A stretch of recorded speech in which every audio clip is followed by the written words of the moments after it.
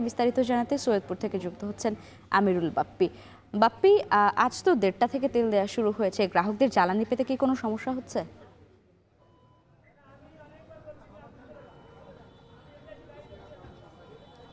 লাইবা, জ্বালানি পেতে প্রতিদিনের যেটি চিত্র সেটি হচ্ছে যে অনেকক্ষণ আগে থেকেই এই মোটরসাইকেল নিয়ে তারা অপেক্ষা করছে এবং লম্বা লাইনে এই রোদের মধ্যে অপেক্ষা করতে হচ্ছে। আপনি নিশ্চয়ই আমার ক্যামেরার মাধ্যমে দেখতে পাচ্ছেন যে আমি এখন আছি সুমনা পাম্পে। এই সুমনা পাম্পের যে সিরিয়ালটি সেটি কতখানি চলে গেছে, বেশ অনেক দূর, এবং প্রত্যেকটা 3 থেকে 4টা লাইনে দাঁড়িয়ে তারা তেল দিচ্ছে।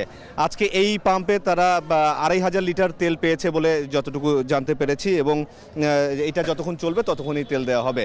এবং গতকাল যেহেতু পয়লা বৈশাখের বন্ধ থাকায় ডিপো থেকে তেল বের হয়নি, আজকে একসাথে সৈয়দপুরের 6টি পাম্পে তেল দেওয়ার কারণে তুলনামূলক একটু কম সিরিয়াল আমার কাছে মনে হচ্ছে, কারণ গ্রাহকরা তারা 6 ভাগে বিভক্ত হয়ে গেছে এক এক দিন। আর এর আগে আমরা দেখেছি যে এক এক দিন এক এক পাম্পে দেওয়ার কারণে সেই গ্রাহকদের যে তেল নেওয়ার লাইনটি সেটি দীর্ঘ ছিল। তবে এখানে একটি সুখবর আছে, আজকে থেকে ফুয়েল কার্ডের জন্য আবেদন নেওয়া শুরু হয়েছে পৌরসভা এবং 5টি ইউনিয়ন পর্যায়ে। তো যাদের বৈধ কাগজপত্র আছে সেই কাগজপত্রের ফটোকপি সহ জমা দেওয়া হচ্ছে। যদিও এখন পর্যন্ত সেভাবে এই বিজ্ঞাপনটি সার্কুলার ঠিকমতো হয়নি, যার কারণে সেখানে একটু ভিড় কম আছে, কিন্তু ধীরে ধীরে মানুষের মনে যারা সচেতন আছে তারা সকাল থেকেই আমরা দেখেছি যে সেখানে গিয়ে তারা আবেদন করে আসছে। এই আবেদনগুলো পরবর্তীতে উপজেলা নির্বাহী অফিসারের কার্যালয়ে যাবে, সেখান থেকে যাচাই বাছাই শেষ করে ফুয়েল কার্ড দেওয়া হবে, এবং পরবর্তীতে ফুয়েল কার্ড ছাড়া কেউ এই ফুয়েল নিতে পারবে না বলে আমরা জানতে পেরেছি।